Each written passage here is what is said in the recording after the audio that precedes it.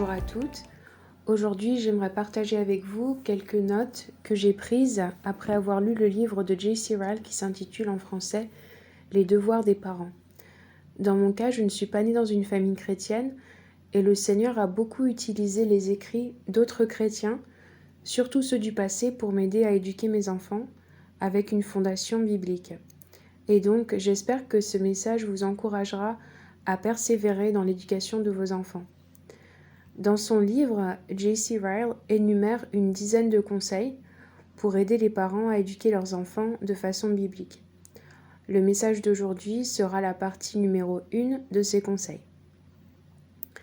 Proverbe 22, verset 6 dit « Éduque l'enfant d'après la voie qu'il doit suivre.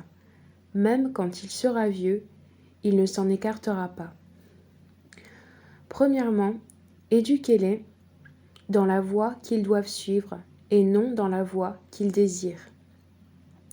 Proverbe 22, verset 15 dit « La folie est attachée au cœur de l'enfant. » Donc rappelons-nous que l'enfant aura un cœur corrompu et pécheur. Proverbe 29, verset 15 dit aussi « L'enfant livré à lui-même fait honte à sa mère. » Nos cœurs sont comme la terre sur laquelle nous marchons. Laissez-la seule et elle est sûre de porter des mauvaises herbes.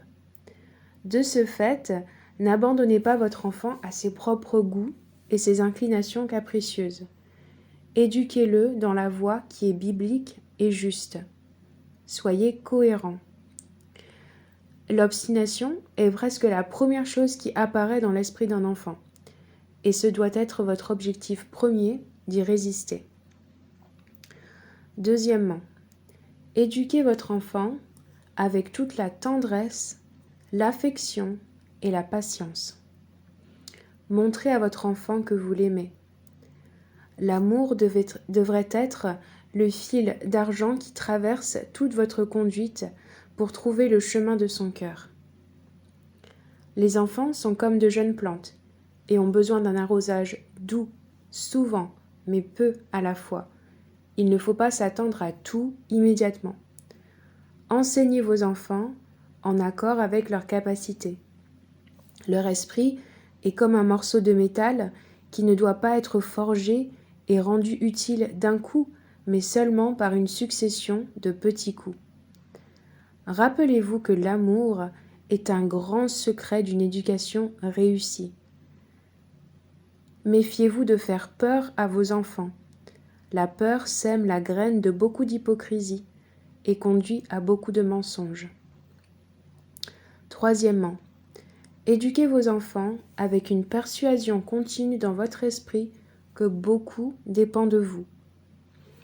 Le chemin de l'obéissance est la voie par laquelle le Seigneur donne la bénédiction. Nous n'avons qu'à faire comme il a été commandé aux serviteurs lors des noces de Cana, de remplir les cruches d'eau, et nous pouvons sans crainte laisser au Seigneur le soin de transformer cette eau en vin. Quatrièmement, l'âme de votre enfant est la première chose à considérer. Dans chaque pas que vous faites à leur sujet, dans chaque projet et plan qui les concerne, ne laissez pas de côté la puissante question « Comment cela affectera-t-il leur âme ?» Rappelez-vous que le but principal de sa vie est le salut de son âme. Celui qui a éduqué ses enfants pour le ciel plutôt que pour la terre, pour Dieu plutôt que pour les hommes, c'est le parent qui sera appelé sage à la fin. Cinquièmement, éduquez votre enfant à une connaissance de la Bible. Veillez à ce que vos enfants lisent la Bible avec respect, comme la parole de Dieu et non la parole des hommes, entièrement vraie, entièrement utile et capable de nous rendre sages en vue du salut par la foi en Jésus-Christ. Assurez-vous qu'ils lisent la Bible régulièrement. Enseignez-leur à la considérer comme la nourriture quotidienne de leur âme, comme une chose essentielle à la santé journalière de leur âme. Faites en sorte qu'ils lisent la Bible en entier. Remplissez leur esprit des Écritures, que la parole les habite richement.